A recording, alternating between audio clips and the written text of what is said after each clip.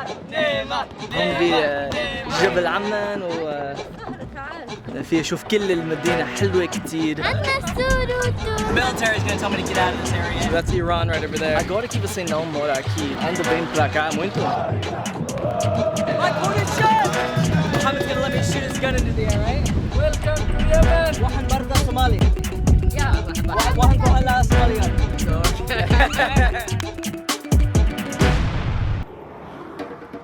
This is Abidjan, economic capital and largest city in Cote d'Ivoire, a country whose name might conjure up images of soccer star Didier Drogba, or stretches of tropical coastline poised for the invasion by the European holidaygoers. Or maybe it stirs up images of conflict. After decades under the grip of French colonial rule, the country gained independence in the 1960s. And much like the tides along this coast of Ivory, the country saw its highs and lows, a bitter cocktail of political unrest, coup d'etat, and civil war with a spritz of occasional peace, served with a steady flow of economic growth. 8 years after its second civil war, and Cote d'Ivoire has rebuilt and transformed into an economic powerhouse that should be on the radar of every human being on the planet. Well, at least everyone who likes chocolate.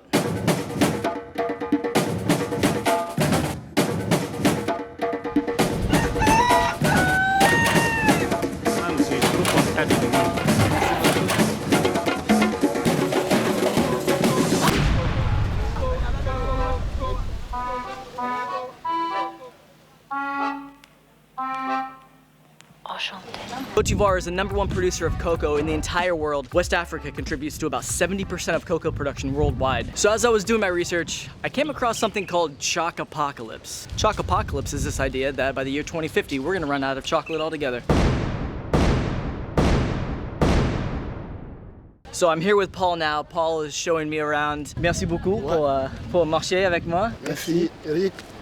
Bonne arrivée. Merci. Ouais, bienvenue en Côte d'Ivoire, Eric. Merci, Paul. So I'm actually gonna leave Paul now. I'm meeting up with the climate expert to find out, is choc apocalypse a real thing?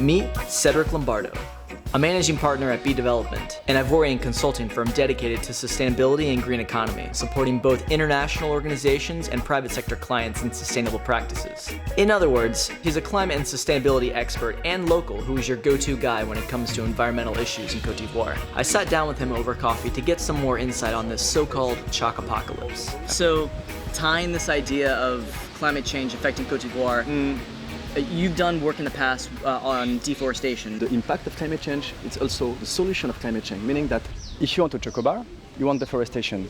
If you want to plant a cocoa tree, you have to destroy the forest. But the problem is that if we are losing the forest, we will lose the rainfall, because the job of the forest is to take the cloud, the rainfall and the cloud from the ocean and to bring it up to the desert.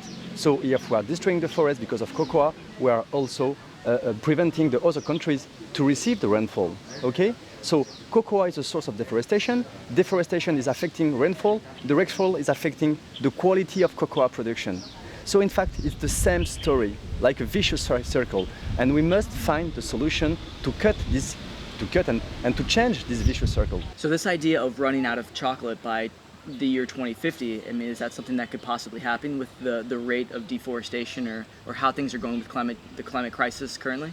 Yeah, absolutely, because we had a study done in 2011 and it was funded by the World Bank, explaining or trying to predicting the impact of climate change on the cocoa productions.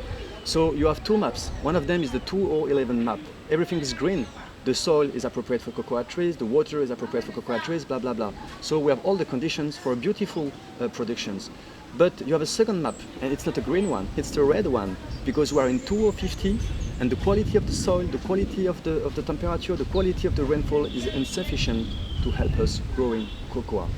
If we continue to grow cocoa the same way we are doing, the way we are growing the cocoa trees, is the way we can solve the climate issues. We know how to make the difference in the farm, but at the end of the day, it's a story of revenues for the farmer. So If we want to make the difference, you have to make the difference.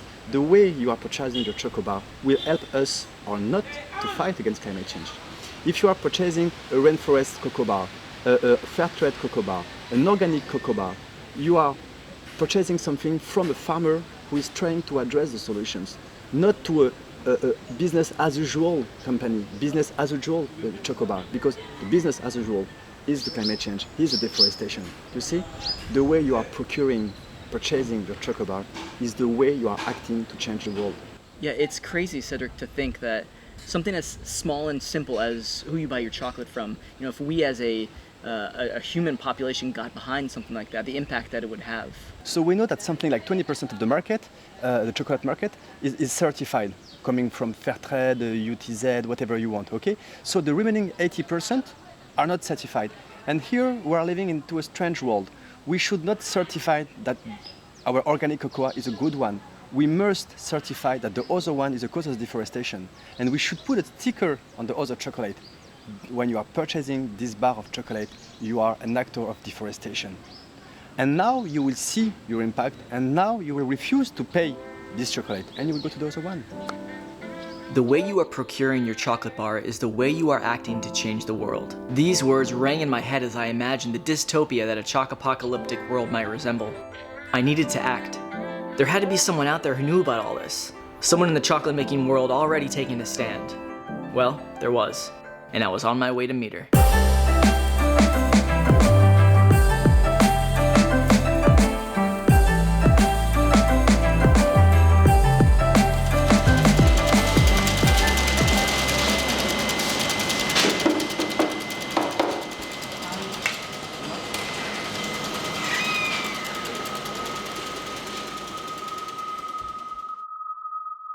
Chocolate.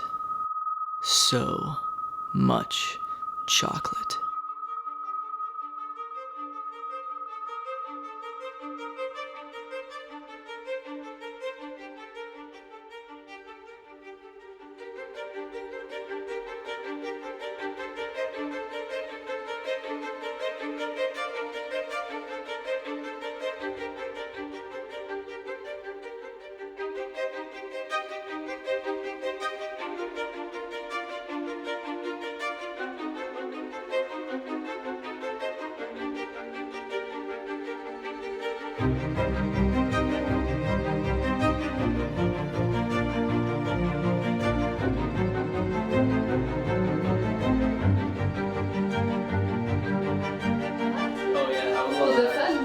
Oh yeah, it's kind of small.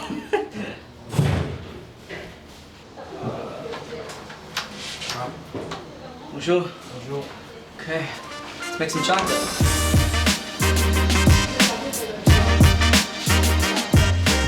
Dana Mvue is the CEO and founder of the Ivorian artisanal chocolatier MonChoco.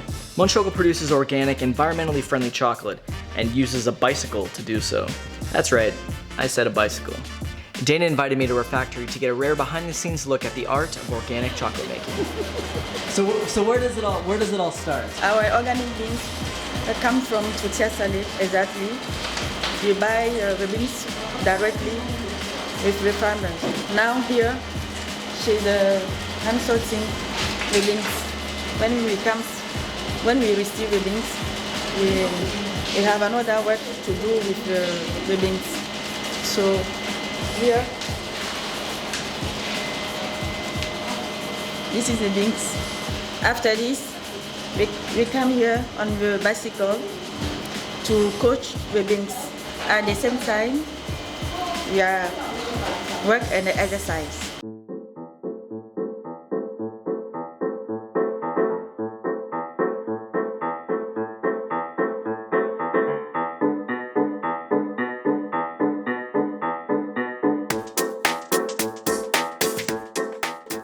Alors maintenant, on va manger un petit peu de chocolat. Alors qu'est-ce que c'est?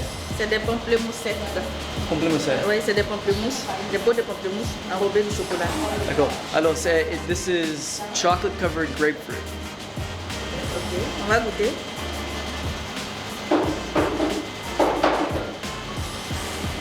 C'est bon. Mais Très bon. I would come to Cote d'Ivoire from the United States just to have this. Wow. Oh my gosh. It's so good. It's chocolate covered orange. Everyone watching this is gonna be so jealous. So Dana told me that this is the infusion drink. It's like hot chocolate, but not as sweet. And not as heavy. Not as heavy. This is the infusion. Wow, it's very smooth. Wow. It's made with the skin of the cocoa, so the outside of the cocoa bean that we don't use for chocolate. So you guys don't just throw that away, you actually use that? Exactly. Wow. We use everything. You hear that?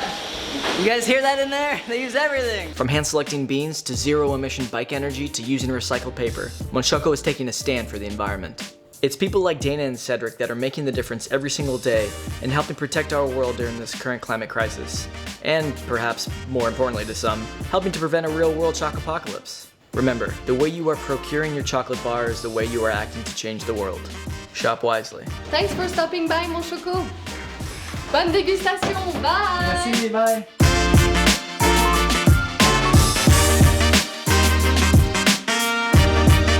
Kutuku. Le kutuku. Paul just took me to his place to try le kutuku. Ouais. C'est ton... C'est la boisson C'est locale. la boisson locale. Très fort, hein? Comme liqueur.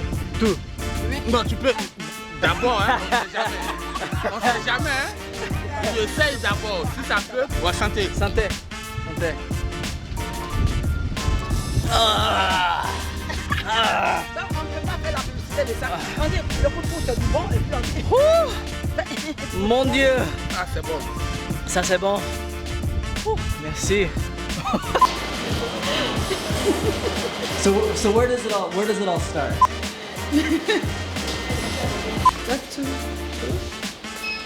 Thanks for stopping by, MonChoco. Can you do that Yeah. again and not say agreed? This one? Just smile. Oh my god. So the only Well. thing that's perfect. The only thing Yeah. is Don't yes.